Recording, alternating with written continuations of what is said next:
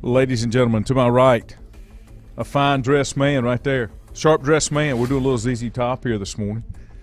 I got to get me one of them pinstripe kind of, one of them blue blazer pinstripes. I know somebody can get you one. I know. When I was a younger man and first started working in the computer business, you could always pick out the IBM salesman because they only own black, blue, and gray pinstripe suits. Absolutely. It was 100%. the official business wear. 100%.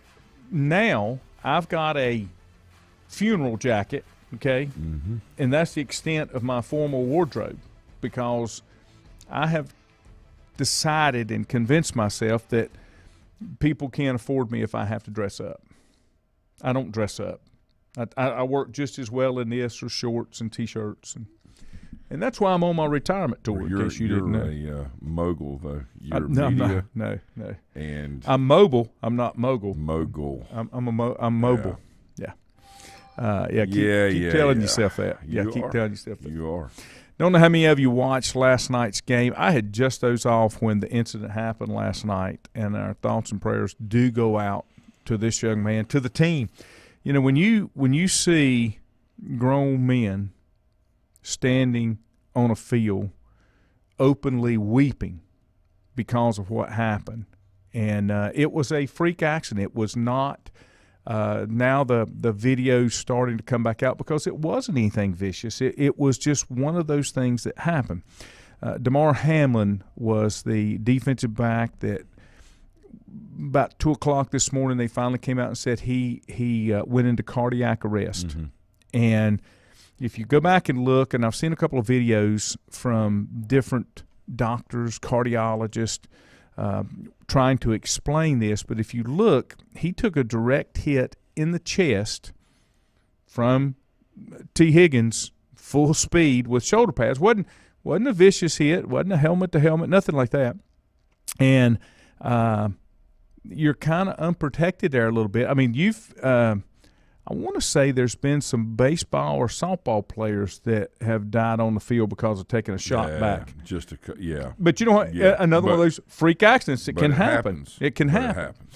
Yeah. And, you know, one of the things that I saw Booger McFarland say and they kept going back to the studio, and Schefter and Booger didn't have words. I mean, there wasn't no words that they could say. And you know, it's just it's a sad situation. All in all, I told 4 before we went on the air, very impressed and pleased to see that the game was indefinitely postponed, even though this has playoff implications. You know, that comes second based on what's going on now. Well, we saw humanity. Yes. Play in last night in an otherwise inhumane world. Yeah. From time to time, right? And these guys are still human, you know. You know what was interesting is in a time like that, nobody really cares about this, that, or the other. They are only focused on the moment. That's correct. And you know, it's things like these that unfortunately bring us back, and unfortunate instances that bring us back in together. It makes it realizing real. There's something greater than ourselves, and that we need to focus on the matters most important. And how much it's just a game. That's the other thing, and there's more things there are things that are more important than that. It's tough. Right now, he is in an induced coma. They're not giving a whole lot out. They're talking about his vitals, but there's still a lot of questions that we'll get. I told 4 I had done a little Google search because there have been a number of players that have collapsed on the field or court of play from underlying health issues that you don't know. The one that most famously comes back, and there's 2 of them. One on the college level was Hank Gathers. The other on the professional level was Reggie Lewis, played for the Celtics. Yeah. And of course, after retirement in a pickup game, Pistol Pete Maravich, same way. And there's a couple of names, and I'm not going to get into the medical side of it, but I think we're going to have to wait and see how this all plays out. much like anything, life has to go on, but you got to make sure that you have your priorities and everything's covered before you move forward, regardless of the health of this young man. There are things that will have to go on, but the most important thing at the time that it happened was to make sure that he got the utmost care and that everybody else that was associated with him, knew him, there in attendance, they needed to go take care of themselves and get their head back together. And that's what they did last night. So thoughts and prayers out for those folks. Just to reiterate a point that Fort Rembert always makes about bowl games and that type thing. Ugly football game yesterday. LSU beat Purdue 63-7. Now, the most interesting thing from that whole game for me was I didn't know that Drew Brees was coaching quarterbacks for Purdue. I didn't know that. But there was a great game. Coach a little harder. A great game, I thought. Just kidding. Penn State, Utah was a good game. The Tulane and Southern Cal was phenomenal. I think it was very eye-opening. Phenomenal. I think it's very eye-opening. Okay? I think it's very telling. All right, where a lot of the hype gets in about so-and-so's coaching here. Mm-hmm. This team this, they're this, they're that. There was a lot of very telling things over the weekend. Mm-hmm. Now, very telling. We'll say this. Southern Cal let them get back into it, but just like when Lincoln Riley was at Oklahoma, they don't play defense. They don't play defense. And the other thing, and I felt so bad for the kid that back to return to punt or kickoff, and he fair catched it, but I want to say it was a kickoff because had he fair caught it on the 1 yard line, that's where you're going to get it on a punt. But I think it was a kickoff, so he would have moved up to the 20, but he bobbled the catch on the sidelines. It rolled out of bounds, and they took over on their one, which led to a safety, which led to a punt, which led to Tulane going down. Error. Yeah. I mean, it can happen at any point. Yep. The ball is, obviously not in a perfect shape. Okay. Yep. And there's a reason. There's a lot of fumbles and, mishaps and this, that, and the other. That was a great game, though. Great game. So, the thing, too, is people talk about, well, offense is 1/3 of the game and special teams went. No. It's about a tenth of the game, okay? Of the 20% that is physical, the 80% of the makeup and what you do prior to going out and actually playing the game, the execution of everything, the discipline, the focus. What are we addressing the matters most important to, the individual as far as their skill development? There are things, when you don't win convincingly, when you are supposedly a better team, then there may be a time when the other team plays well and you just had a bad night. Sure, that's fine. But you fall to the level of your training. Mm-hmm. There's no other way to look at that. That's right. And you also take on the personality of the person that's leading what you're doing. Okay? Mm-hmm. And if you don't have a defensive coach that is leading the mindset of your team, people say, well, the offense, the head coach is the offensive coordinator. They're supposed to. Okay, how did that work out?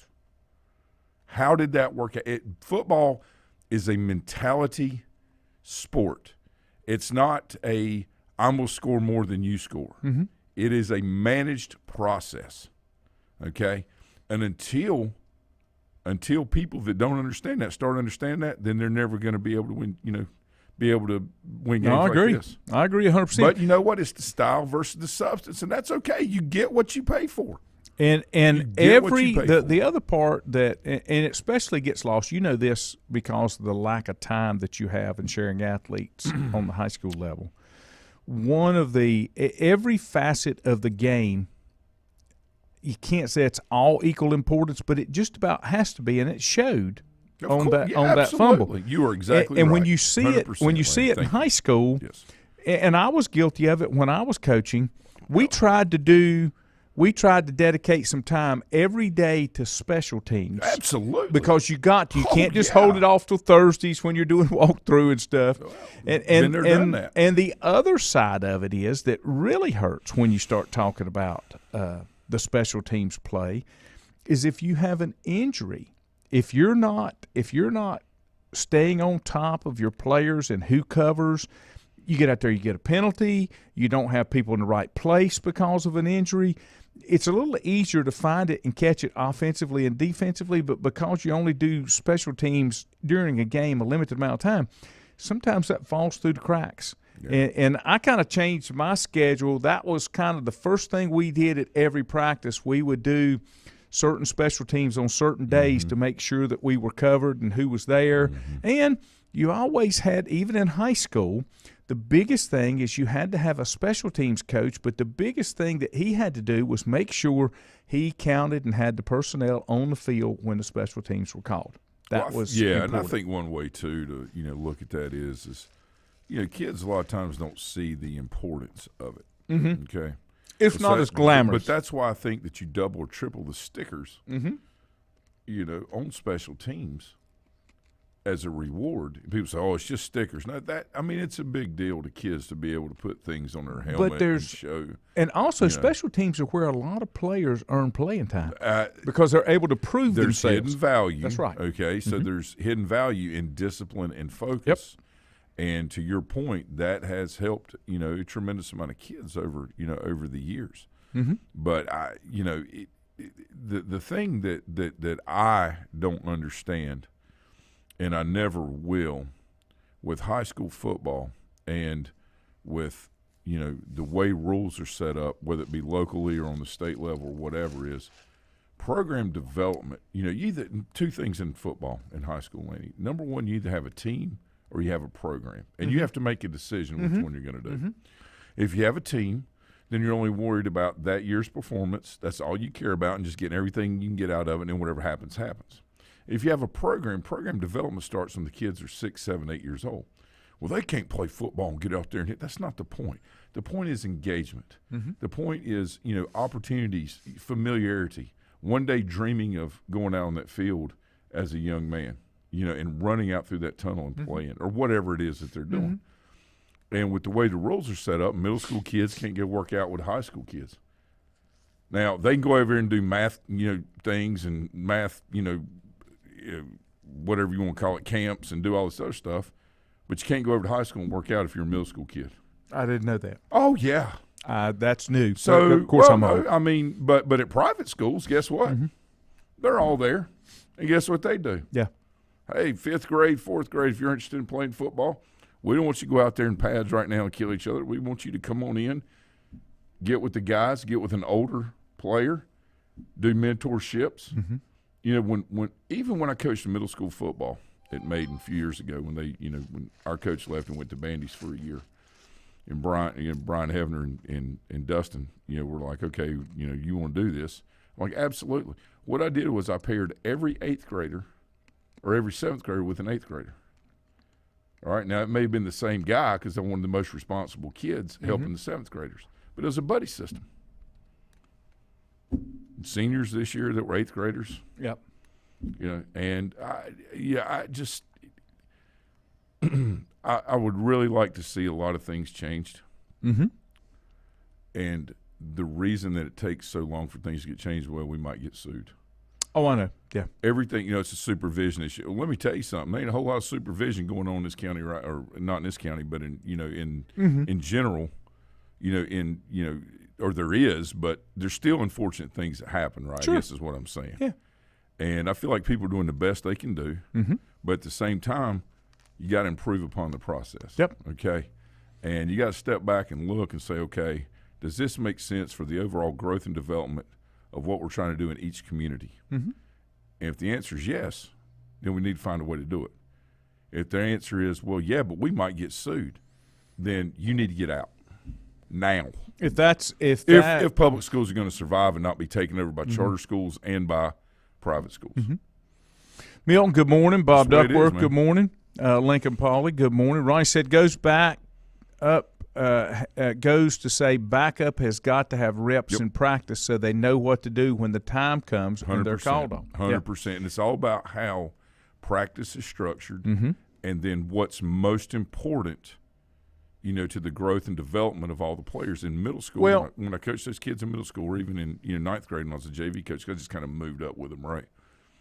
Every day in practice, those kids got reps and a tremendous amount. All right, number one, because they were investing their time into the program. And number two, it was important to me, having seen in previous years where my kids over picking clover out of the ground while everybody else is out there practicing along with like 20 other kids. Okay? Yeah, it is time for me to, I am laying it on, okay? Yeah. Because it's not right is right and wrong is wrong. Well, but the thing of it is, perfect, but going back to try to get it right. When you go back to what you're saying, though, this is the part that most people miss. If you're so focused on that team and that outcome, you can attain the same thing in a more consistent and stable environment if you build the program. The team will take care of itself because you focus on the process. That's correct, and that's where you've got to. You can't just focus on the final outcome. You've got to focus on how do I get to the final outcome so that I'm the most efficient, most prepared, the whole 9 yards. But if you don't do it that way, I know. If you don't do it that way, then you got to do the right thing for right reasons, okay? And you can have some success doing it as a team way, but it's short-lived and it's easy to come unglued. Well, yeah, it's like buying a car. Yeah. Oh, I'm real happy for about 2 weeks. Yeah. And then oh God. You get that first payment. Instead of saying, you know what, I got this fine-tuned vehicle because I'm always making sure the fuel pump works. I'm always making sure that the oil's changed. I'm always making sure. You've got this high-powered race car potentially that's in front of you. And it's not about the look of the car or the gas that you put in it, the high-test gas, right? You know what it's about? The engine. It's about the steering wheel. It's about underneath. The parts. Yes. The work That's inside. What's most important. Let me take a break. We'll be back with more here on The Bottom Line. Untangling your headphones, finding the right remote, saying goodbye to your favorite shirt that hasn't fit in 10 years. Why are simple things sometimes so complicated? Thankfully, with auto owners, insurance doesn't have to be one of them. Auto Owners works with independent agents who live in your community and answer when you call, so you can worry about more important things, like finding a new favorite shirt. That's simple human sense. Call Mooney Insurance in Maiden or East Lincoln Insurance in Denver or visit MooneyInsurance.com. Times convenience stores are more than convenient. They're your neighborhood store, your store. With locations in Lincoln, Catawba, Gaston, Iredell, and Mecklenburg counties, there's one near you. Times convenience stores have the right items at the right price, from snacks, cold drinks, and light meals from the grill, and there's always a special to save you time and money. Times has what you need. Times convenience stores, there's one near you. Regardless of where you're going, there's one on your way. Remember, there's always time to stop by Times. Have you thought about when you would like to retire? One of your major assets is planning for retirement is time, and you lose a little of it each day. The longer you wait to start accumulating capital for retirement, the harder it's going to be. How should you plan for retirement? Start by calculating approximately how much capital you will need at retirement, then estimate how much you will have to put away each year. Finally, carefully choose the investments in which you will invest. Stifel Nicholas can assist you. Call Ford Rembert today at 828-624-7300. Stifel Nicholas, member SIPC, and the New York Stock Exchange. First Federal Savings Bank has been serving Lincoln County since 1940. And as it has been from the beginning, customer service is a priority to First Federal Savings Bank. They want to get to know you by name. First Federal Savings Bank has the convenience, the products, and the services that the larger banks have, but with hometown people that you see throughout your community. Stop in and visit one of their 4 convenient locations and see what First Federal Savings Bank has to offer you. Member FDIC, an equal housing lender. Whether it's a sit-down meal or a call-in for the drive-thru, Brookwood Cafe and Catering is the answer. A variety of meats, vegetables, and desserts cooked daily, or a hot sandwich from the grill, they have what you're looking for to satisfy your taste buds. If you need catering from 5 to 500, Brookwood has you covered as well. Stop by Brookwood Cafe and Catering at 202 Providence Mill Road in Maiden. Don't forget breakfast daily till 11 a.m. Open Tuesday 6 a.m. to 2 p.m., Wednesday through Saturday 6 a.m. till 8 p.m., and Sunday from 7 a.m. to 3 p.m. Call 828-428-8944 to place your order today. Covenant Church began as a vision of just over 100 people in 1984. Since then, Covenant Church has grown and currently located at 2168 Gastonia Highway in Lincoln. The Sunday schedule includes early morning worship at 8:30, Sunday school at 9:45, and morning worship at 10:45. Their ministries extend beyond Sunday. Visit their website at www.covenantchurch.church to see all they have to offer, and better yet, stop by and see for yourself. Covenant Church may be just what you're looking for a new church home. If you ask around, you'll find Burke Mortuary has a reputation for excellence and commitment to value. They've built a reputation of trust for more than 35 years. Burke Mortuary is proud to offer personal attention, meaningful tributes, and the area's most affordable prices. They're also proud to offer you beautiful, state-of-the-art facilities. It's the perfect place to honor your loved one. So when choosing a funeral home, the choice is easy. Choose Burke Mortuary with locations in Maiden and Newton. In the best of times, no one is more deserving of every opportunity, encouragement, and support than the youth in our communities. Parents, teachers, coaches, and sponsors struggle to stretch their budgets to continue help. Communities need a team effort. Times Oil Corporation, a longtime member of the community, established the Times Educational Alliance Mission, or Team Foundation. Since 2011, over $125,000 in grants have been donated in the community. Times Oil and the Team Foundation are proud to be community partners.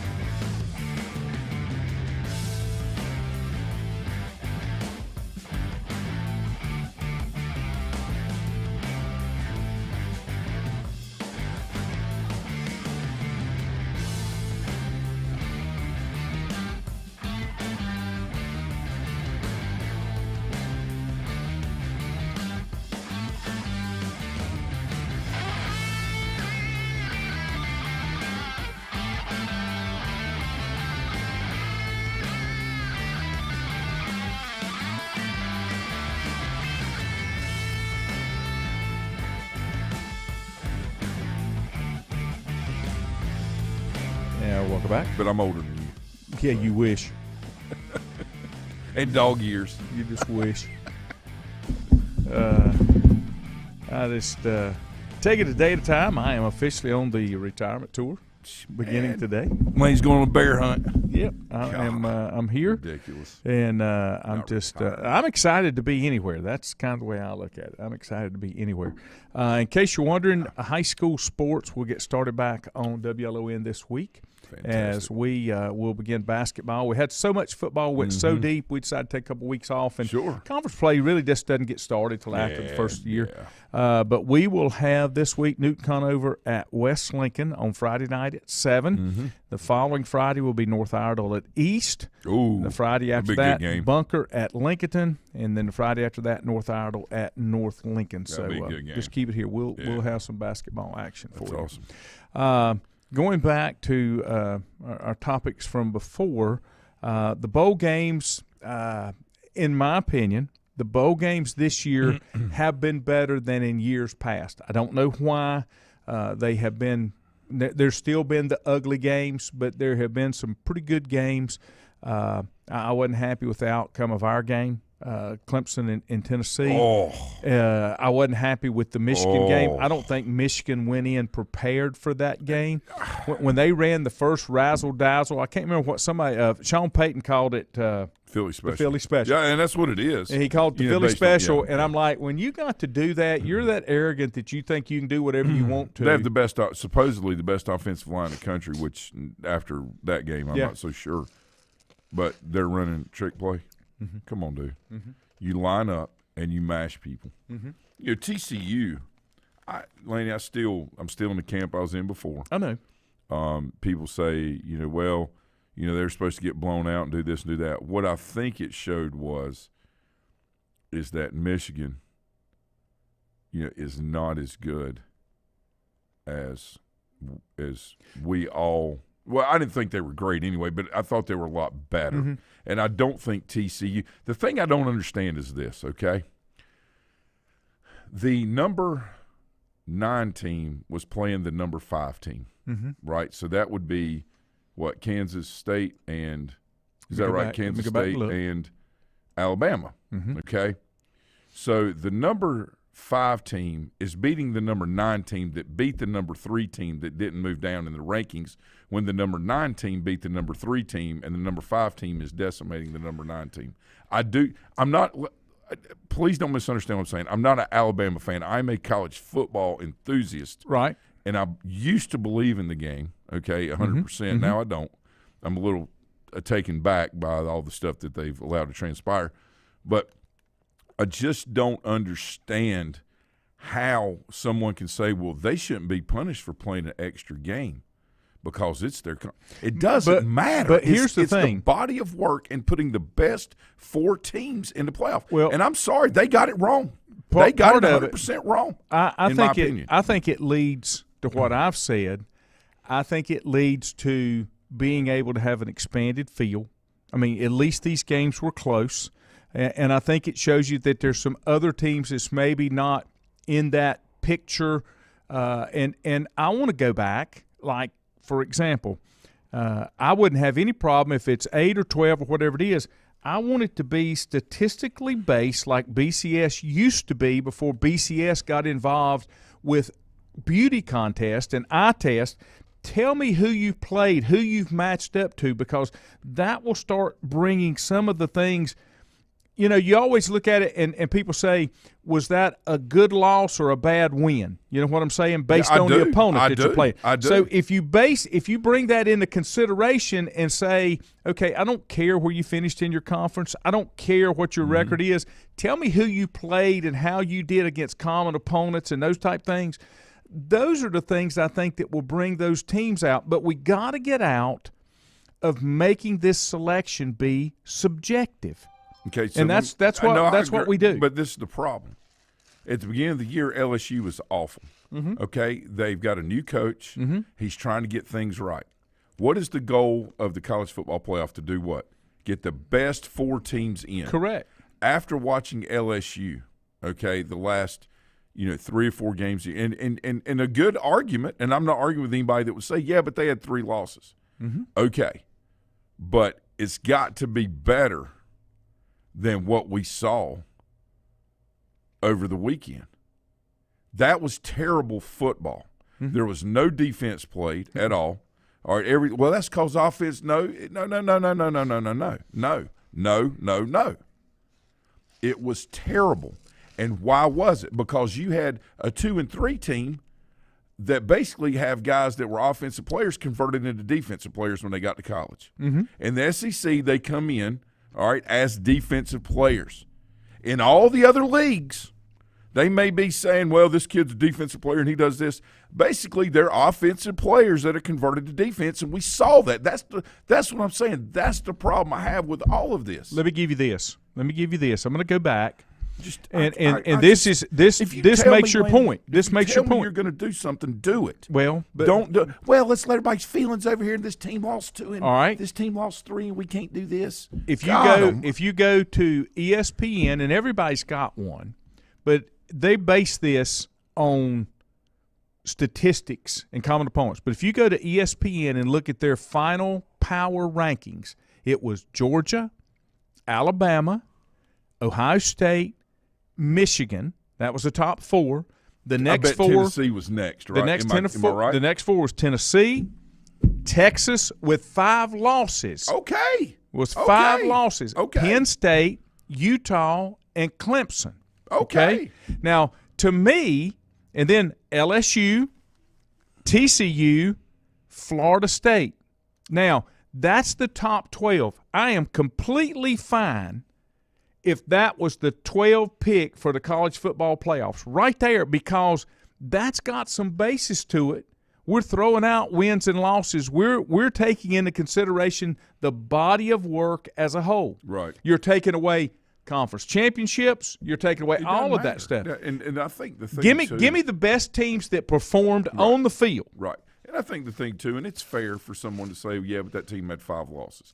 I'm not saying people are wrong and I'm right. I'm just saying I look at this thing based on what the rules are and what you tell me, and then you do something completely different because, well, we're still going to put this team in at number 3 even though they got beat in their conference championship. So they're not the best team in their conference based on head-to-head, but yet we're going to keep them at number 3 while the number 9 team that beat the number 3 team is getting crushed by the number 5 team. At some point, the madness and the stupidity of this feelings-based, world in sports has got to stop. Mm-hmm. Because there's so many – what happens is when you have stuff like this, you lose people that are actually passionate about it. It's like bad management. Great employees leave. Mm-hmm. Good employees leave. Great employees leave when management is bad. Mm-hmm. When management is good, people stay, okay? People stay. Because you feel like you're all pulling the on the same management thing? is really bad right now because there's no true leader to sit there and make a decision.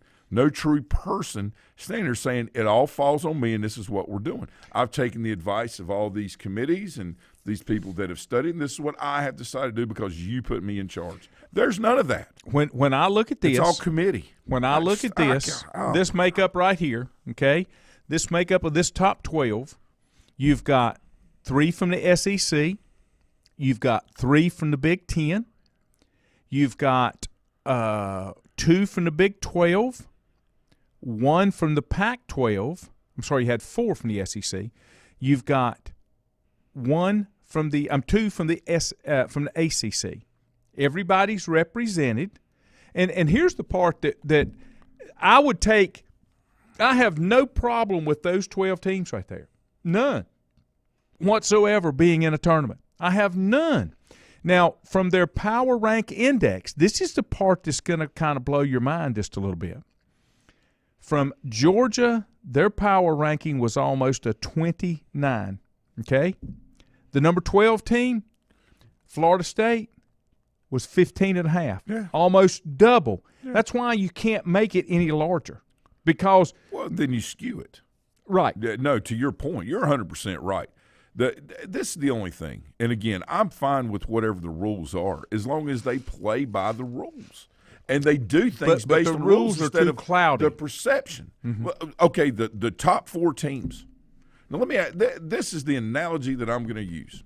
My son Garrick is 11 years old, okay? And I've got Chris Culliver on my team who's been injured the first 8 games of the year, and Garrick has started at wide out, okay? I'll take Culliver when he gets healthy and put him in. Mm-hmm. How much better is my team? What are we doing? There's no factor in that with the LSU. There's none. And the problem is people can say this team beat this team and this team did that and this team. Let me tell you something. It's based on the health of both teams. That's where the true factors of all this, we played this team and beat them. Okay, were they at full strength when you beat them? If the answer is yes, then there's more validity to it than saying, okay, we got 7 defensive starters out. None of that's factored in the power rankings.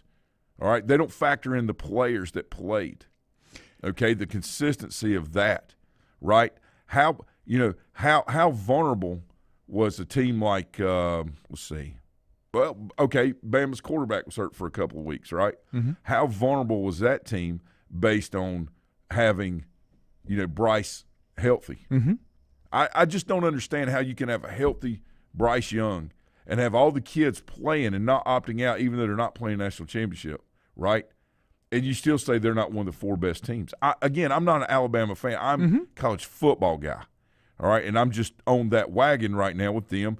And I wasn't so sure about Tennessee with their backup quarterback. Obviously I am now. And I'm going to tell you, Lane, I think Clemson's got some issues. Yes, they do. I don't know if the kid, Klubnik, great player, great kid. I don't know if that's going to be the answer. Well, and not that he can't do it. I'm talking about I think there's other things going on that they've got to get right. The other problem, they will, but I'm just the other problem that they have, and I've said this for years, and it's only because it's where I'm from. They still aren't where they need to be up front offensively. Mm-hmm. You can't always have that quarterback that can make up the difference from the inadequacies you have with a weak offensive But line. you can do it the other way, to your point. You can take turn a that strong quarterback offensive line and take then a make quarterback that's a little weaker and make it. Yes, because then they turn it streaming. I'm not down on the Take quarterback. Take DJ, for example. Yes. If there had been a stronger front, he probably would have been okay. And he'd still be there. Yeah, but, I think that shows you right there. But, again, I'm not picking on Clemson. I'm just using them as an example. That you saw in the Tennessee game the exposure of what is likely to come, and now can they fix it? Now, I think they will, but it's very concerning from an AC standpoint because I still think people talk about Carolina, for example, saying, well, yeah, but their defense is not good. I don't know. Listen, they've got a whole year to improve on that, and they will. Okay, just like Clemson has a whole year to prove it. But Florida State is the other one that is lurking in the background. And I'm going to tell you something, Pitt's no slouch. I think they're the ones that are going to be overlooked this whole thing that will play well next year. Let me give you one. I don't know, man. It's just let me give you one stuff. that's going to surprise you here. Interesting. With the power index, okay? There's a team, when you look at the top 25 from the power index, a team that did not do well at all, but yet from a power index standpoint made the top 25. Louisville. Who would have thought Louisville? Oklahoma at 6 and 7 was in the top 25. Right. And so you got to come up. It's based on who you play. You got to come up with a yardstick that everybody can be measured by. The problem is conferences are not – they're not that they need to be equal, but there's no leveling. Like you can't take a UCF that's undefeated and say, well, they deserve to be in the top 4. We tried that with Cincinnati. It didn't work. Okay? We're trying that with TCU. And so you say, yeah, but they won. That was horrible. Horrible. Yep. That was horrid football. Oh, that was an exciting game. They won at 47-40. I mean, no, it's terrible. Yep. It was terrible championship football play. And when you go back and look at that, if you ranked it by wins and losses alone, okay, in Division I, the number 4 team would be Troy, who had a 1.8 power index and ranked 63rd. Yeah, I mean, come on. Okay. Oh, I know, but you understand what I'm saying. You have no control over who you play, but you know what you can control. Yes, you do. Yes, you do.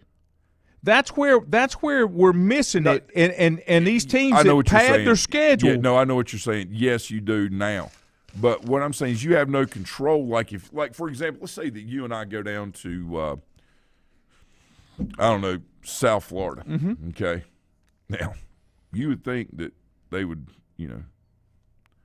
and the conference they're in, and we go undefeated. The first thing I would try to do, okay, as soon as I got down there, was get into a relevant conference. Okay, I would do everything I could do. That would be my mission because then I can help who I play and how the power index will prep so I can get to championship style level. People will sit there and argue all day long. Oh, UCF should have done this. They were this team. They were that. Let me tell you something.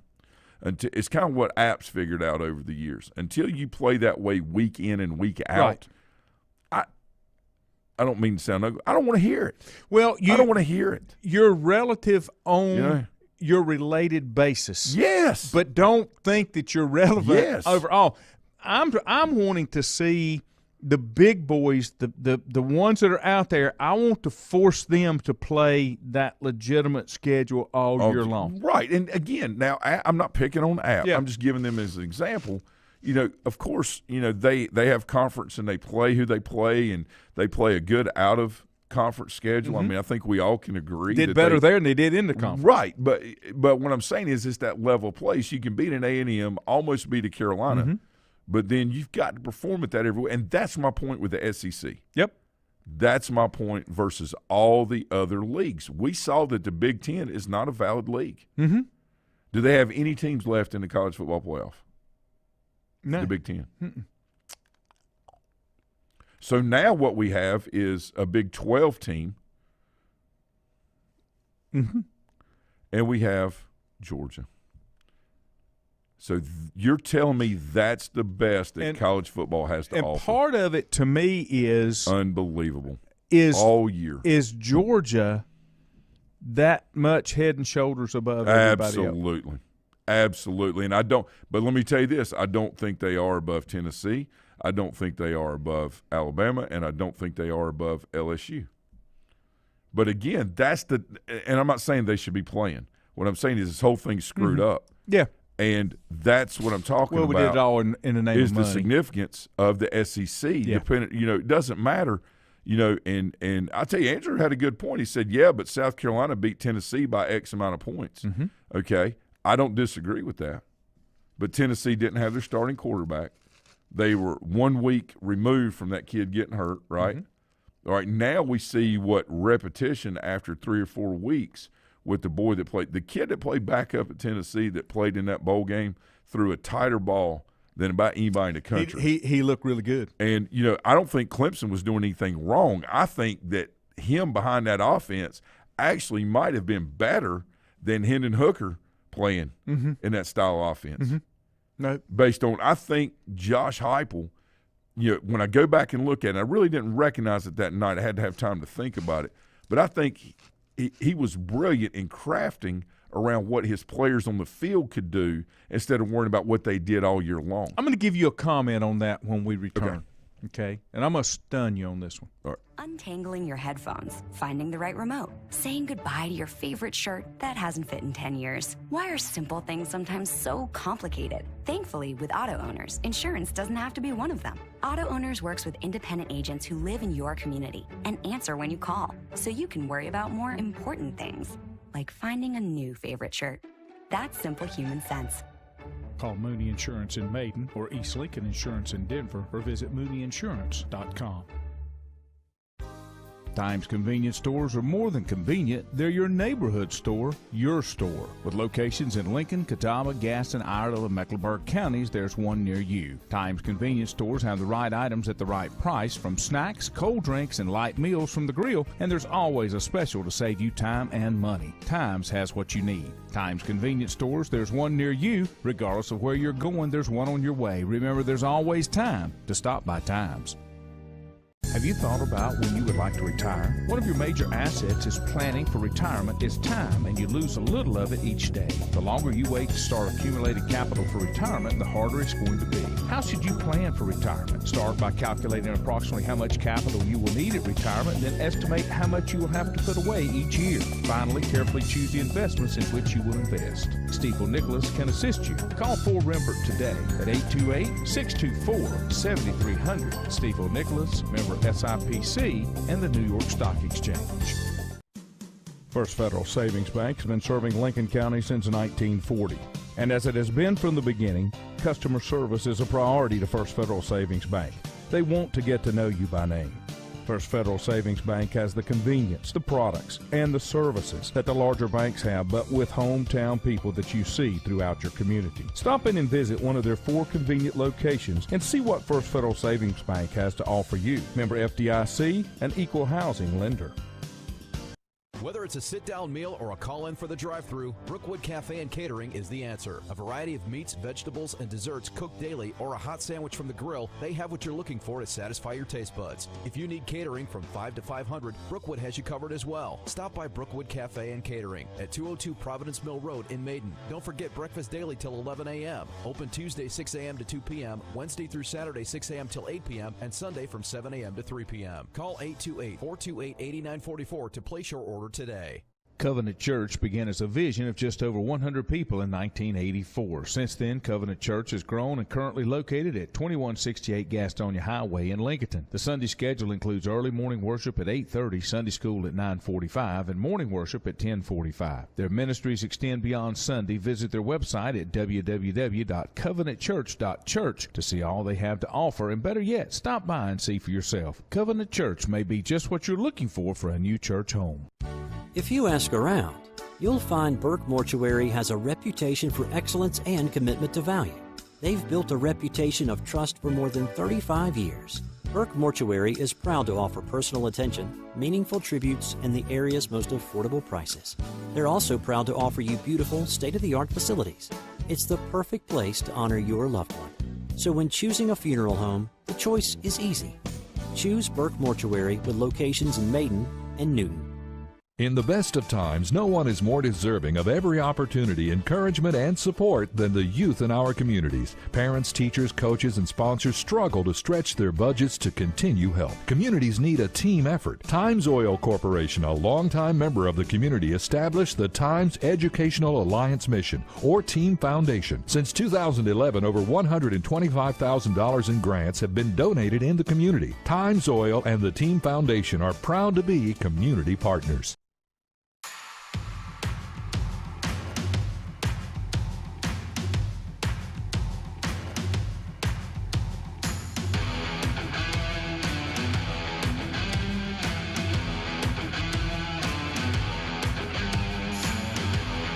And welcome back. All right, before I get into my next comment, I'm kind of hoping that Andrew is still with. He's there. I'm hoping he's still with Darth Vader this morning before he hears my comment, because he's. I saw Leslie one morning early, and I'm like, well, "Where's Andrew?" And she went, "Oh, right." I thought, Fantastic. "Ooh, that's harsh right there." Fantastic. That's okay. I love it. That was okay. I love it. Hey, that's what we do. I didn't even prompt for that. That's how we roll. I didn't even prompt for that. That's how we roll. Yeah. Oh, he's there. There he is. There you go. There you go, Andrew. I agree with a lot of this, but it is also why I think expansion is the only answer at this point, not to mention I don't mind a few more college football games involving the top 12. That's right. Heck, I don't care. I don't want 32, Andrew. That's ugly. Even the lower divisions don't Robbie do that. We kept saying 16, 1 versus 16. Well, let me tell you why I like 16. Yeah. I don't like an open week. Well, but this is the thing about it. I think if you go to 16, there's too much difference, and you're playing a game just. Well, I showed you that with the 12. Right. I'm okay with 8. Right. But I'll take 12. I can't get – I've got one more college football game. You know what I think and that's the perfect number is? What? 6. With 2 buys? I think the perfect number 6, because it would have settled all the questions that I had. Oh, you'll never settle the personally. question. No, I know. Now, think about this now. Who was 5? Bama. Who's 6? Tennessee. Right? Mm-hmm. Now you say, well, yeah, but that's just this year. Think about the years past when we've had 5 and 6. Mm-hmm. A 1-loss OSU, right?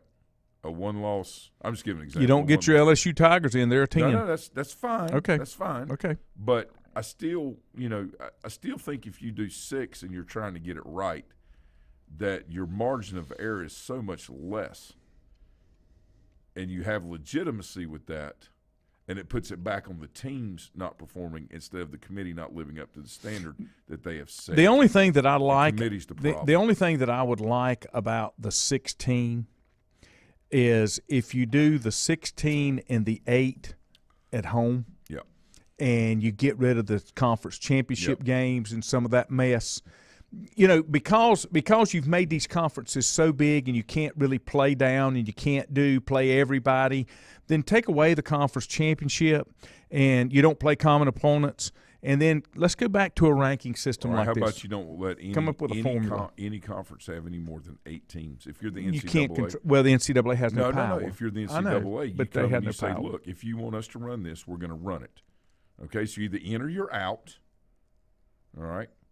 No more than 8 teams. We'll restructure starting 2025, finish up the next 2 years like we're doing, which is not good. But no more than, I'm just giving an example, no more than 8 teams. Now it's going to force the SEC, ACC. In football only. They'll never do it in the rest of them. Branch them out. I've said 10. Local, regional action to make things more, make it more. And then that way, when you come back and then you have a true conference champion, then you can do your playoff system with champions. I like 10. I like 10 because it gives you 9 games in the conference. See, and everybody plays everybody. And I get And in basketball, everybody can play home and away. See, I think 8 is the number because it gives you 7 conference games. If you play 11 or 12, guess what you get to do? Now you're in control of your schedule, right, and who you play. Now it brings relevance to the game, right? Then let me ask you one question further. How many conferences do I need? Just how many ever it takes to have if you're Division I, okay, none of this, well, you're Division I, but you're over here in this bracket, okay? You now have control of the bracket conference you're in because there's 8 teams and you're competing against not only those 8, but also you get to compete on a regular basis every year against these other conferences as well. So there's a truer measure instead of the SEC beating the holy living heck out of each other, for 11 weeks. Now we get to see 7 weeks of that football, 7 weeks of the SEC Part 2 or whoever, all right? ACC, same thing. Let me tell you something. When quality, all right, quality's it can only be achieved through that's not a good way. The less you have of something, the higher quality it's likely to be because there's more competition to be in it, okay? And so the point of that is it makes it harder to get in. It makes it harder to do things. Now Alabama has 7 games that they have to do. LSU has 7 games. Now they've got to prepare for the other 4 or 5.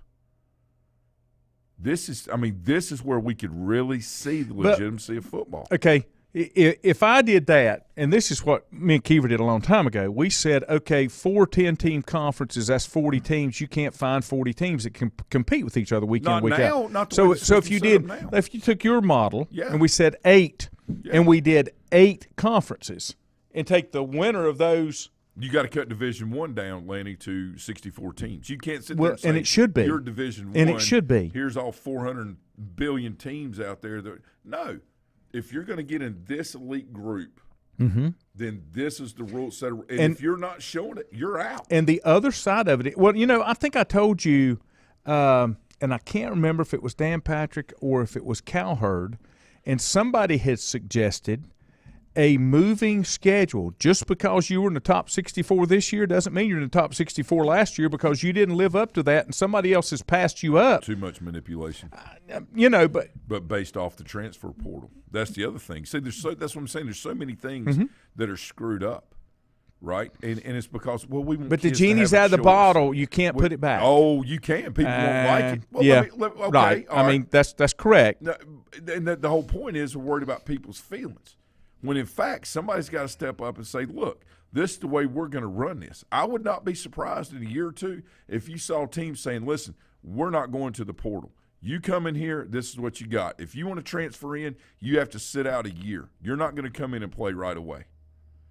Because what happens is you got all these people that are committed, all these kids that are committed to go to a program and want to be the best they can be, but all you got to do is go out there and this kid's worked their tail off for 3 or 4 years and committed to the program, all right?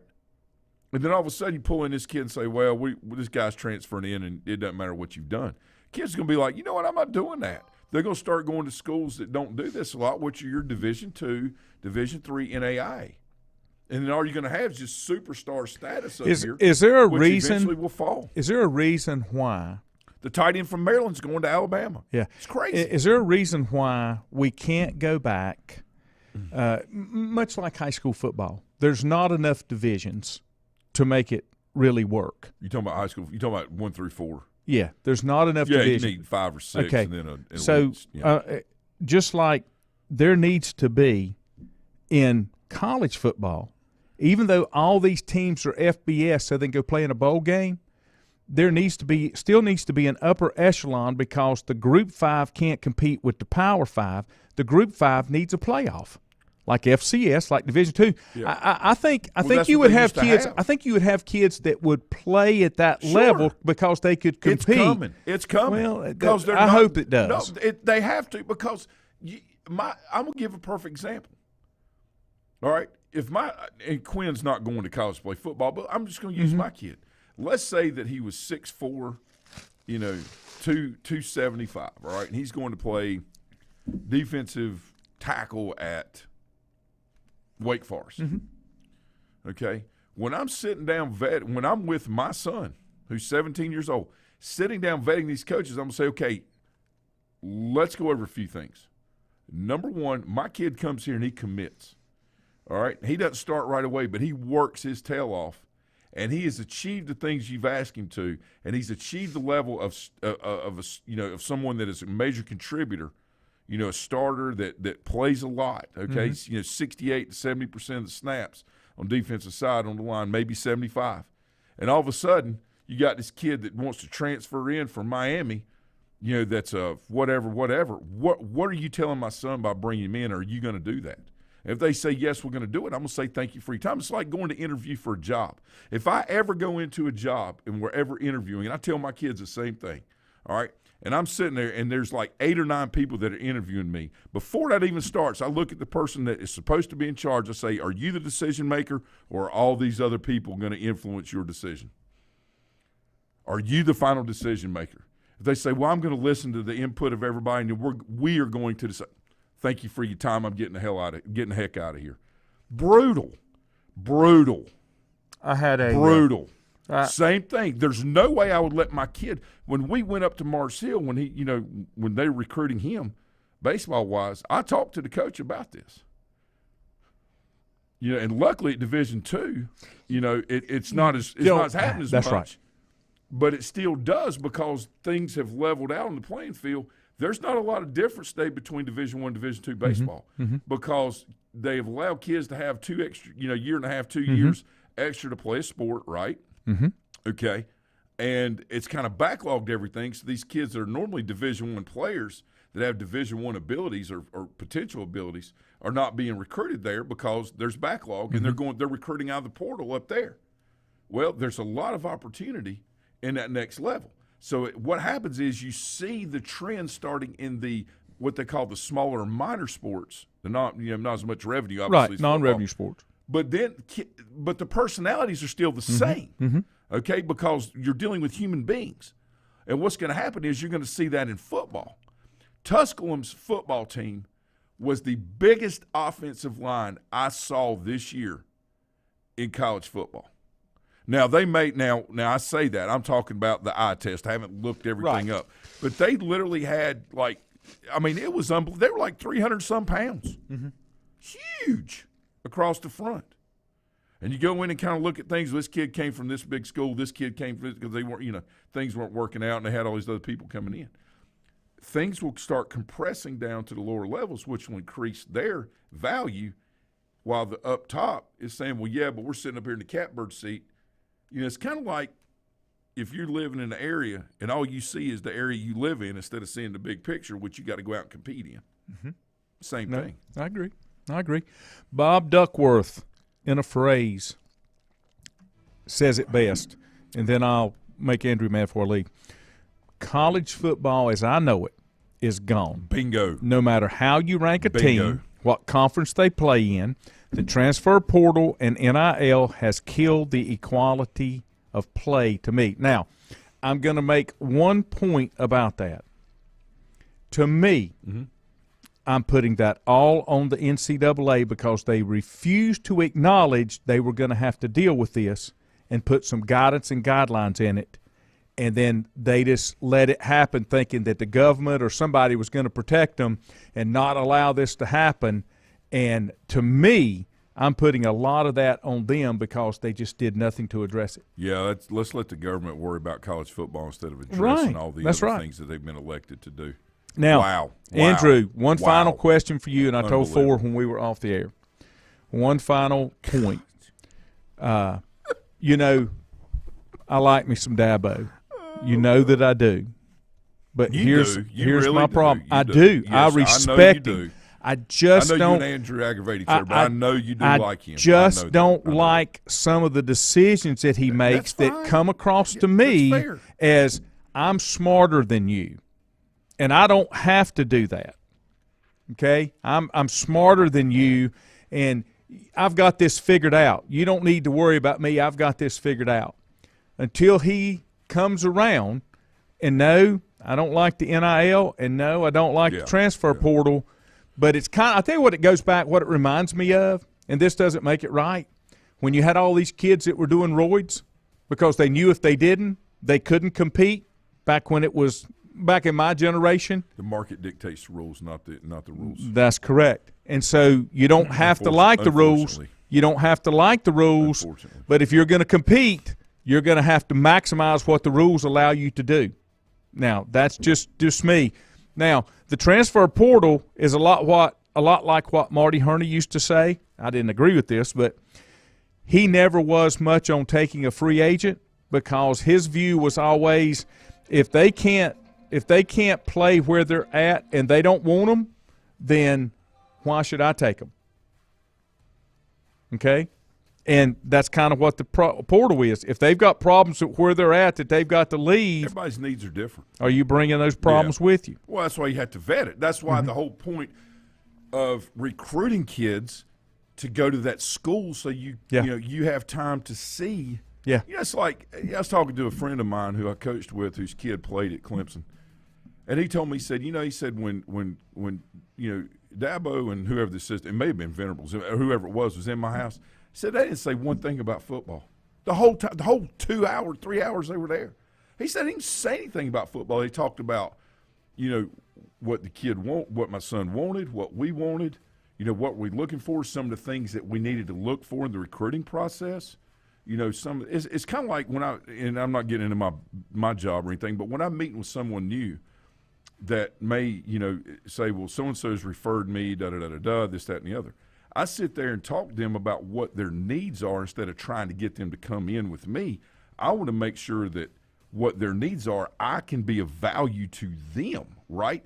To sit down and say, let's address the matters most important to you. How does that align with the model that I have, that I use, and will that benefit you?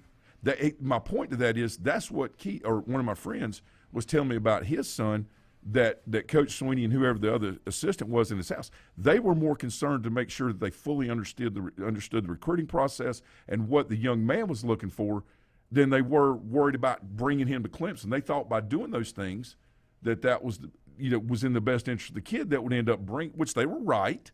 And that's the way you do it. It's not about selling. But here's the problem. It's about listening and advising and trying to help. Here's the problem with that.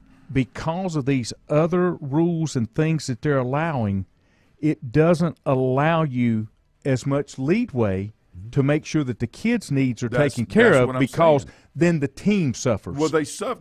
That's right. The only need that they have supplied for the kids and the players in the transfer portal, okay, which should be open if a coach ever leaves or a university gets fined for somebody that was there years ago that had nothing to do with the kid going there, okay, should be – through that vetting process, when you're being recruited by that school. You know what I'm saying? And understanding that the only need that they have done now, or the need that they're focusing on, is the feelings of the kid. Well, I didn't do good here. I should be able. Now, if you graduate, you've fulfilled your obligation, whether it's in 3 years or 4 years, and then if you've got an extra year, that's okay. You move on to another degree, another interest. You're navigating the system appropriately. Jalen Hurts is probably the greatest example of how you do things correctly. I tell Quinn and Garrick, I say, that's the guy in sports that you want to model yourself after. They brought a younger guy in, swooped out of nowhere, okay, come in and basically took his job that he was very efficient at and was still, in my opinion, better overall, was still voted team captain but was not the starting quarterback. Starting quarterback gets hurt. Hurts goes in, hadn't played a whole lot. I say a whole lot. He's played some, not a lot. Wins the SEC championship. Quarterback gets better. Quarterback comes back in. What does he do? He graduates, and then he goes to another school. Let me give you Andrew's 2 comments. I got to give him his time. He said, I agree with not agreeing with some decisions he's made. However, knowing the man he claims to be and based on his actions, I don't think he does it out of attitude of superiority or being better than you or the next guy. I think he honestly has a process that has it calculated down to a T and believes he has a formula for success. I can see that. He says, I think a lot of times the confidence of these high-level coaches get mistaken for arrogance. Well, the only thing that I'll say to you on that one, Andrew, that's a good point, is this year that did not work out for him. Right. So how does he adapt? So we'll see in the offseason changes. Does he change coordinators? No, it'll go to both points here. Yeah. All right. So when you manage a process First of all, you listen and learn. You take it, you take in all the information you can. Then you study, test, analyze, and model what you got. Then you come back with your findings, right? The findings have to be, independent, unbiased, objective, and you always got to take into effect the measures that are, that will affect and how it affects the amount of investment going into the program. And then in the final stage of it, in that process there, you monitor, evaluate, and adjust. So you're always learning and listening. You're always study, test, analyze, and modeling, and then you're coming back. So it's just a process. And so to Andrew's point, we will see, all right, if he believes in the process and the adjustment in the process, to your point, does he make the adjustment? And that's what we're going to see. And the other thing is, which they do every year. I totally agree. I bet he hasn't slept as good this year as he has in the past. Here's the thing here's the part that bothers me, and it's because of the man that he is. Yep. He cares. Does he change the way he's doing things because his way will not allow him to be as competitive as he was because the rules have changed? I think he modifies, adjust, and then adapts because that's what all these coaches understand the process that I'm talking about, okay? Yeah. And when you're process-oriented, all right, so I have had training in this, okay? And in my training sessions, there have been a lot of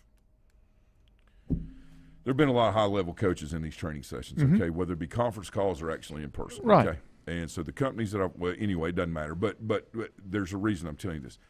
I understand the modeling side of things and how these guys work, okay? But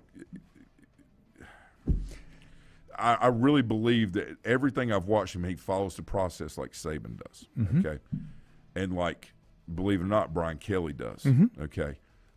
Believe it or not, like, Mac does, like you can see Dion following the process. I can see it in these guys that are fly-by-night, or high-profile that have no process or just reactionary. I'm sure Lincoln Riley is in this somewhere, but I'm yet to see the full implementation. Of course, I got to give him a year or two, right?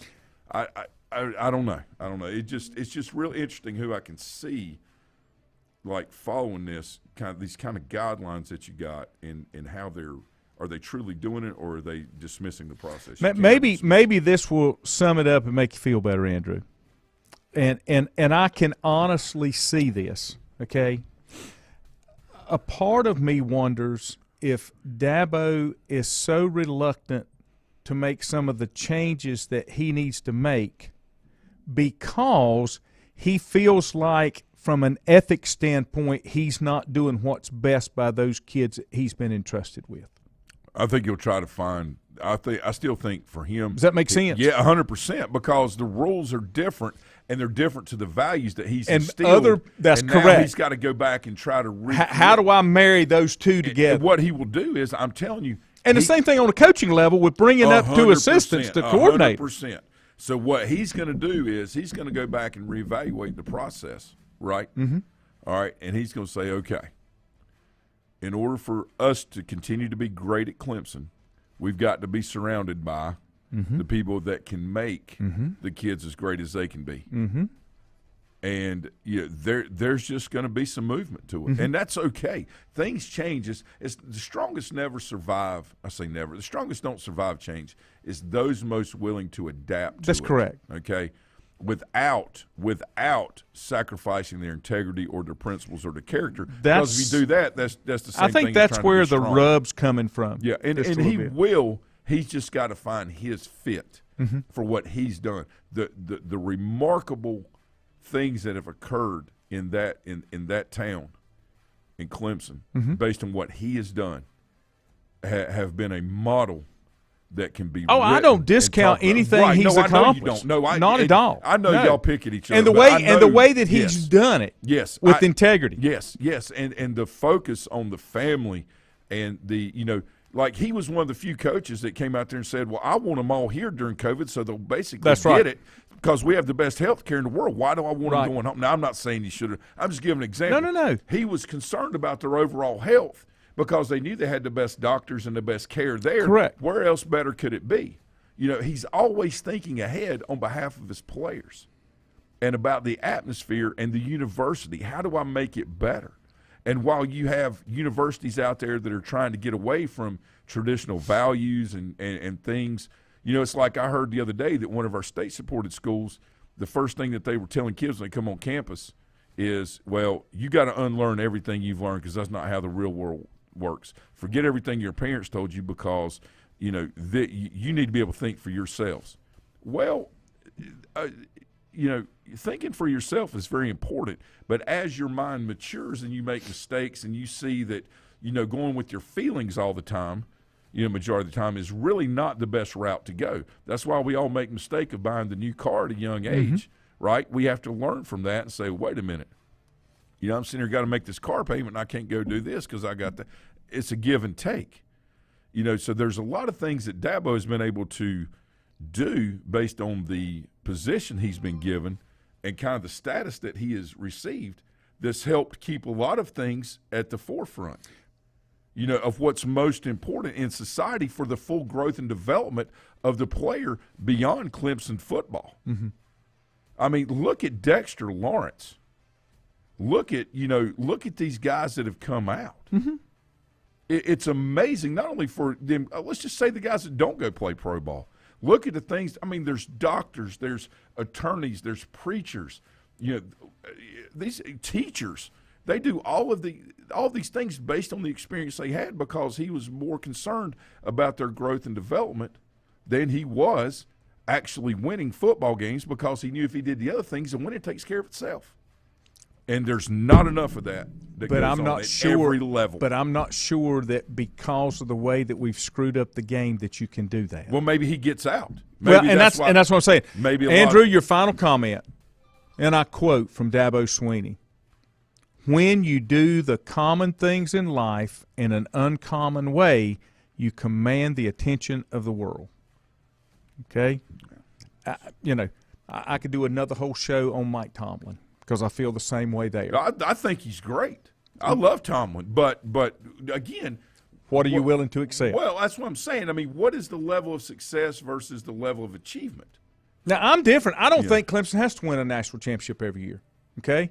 I want it to be successful and put. They strive to that, but they know there's going to be there's more to it than that. Yes, because you're dealing with people. Yeah, I don't really care about the feelings as much as I do the emotional and social well-being, absolutely, and health of the individual.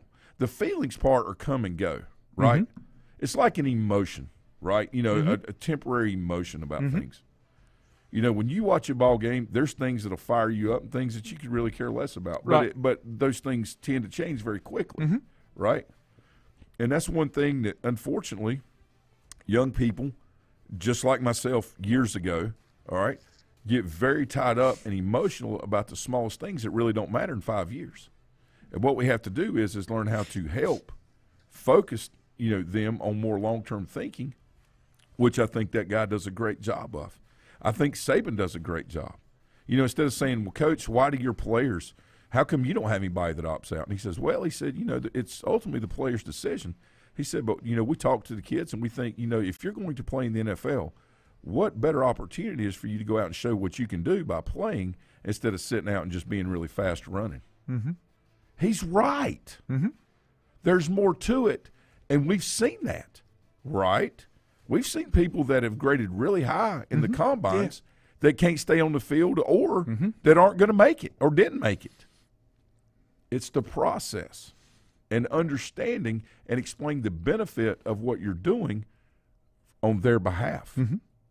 Andrew said, I feel like Lanny and I really made some strides today in our Dabo relationship. We're going to work on this, okay? I know. It's a great start to 2023. It's a working process. Okay? That's all I wanted to accomplish today was to make Andrew happy and know that I am almost back in the fold as a Dabo disciple. Have a great day. I'm still pissed about Kansas State and TCU.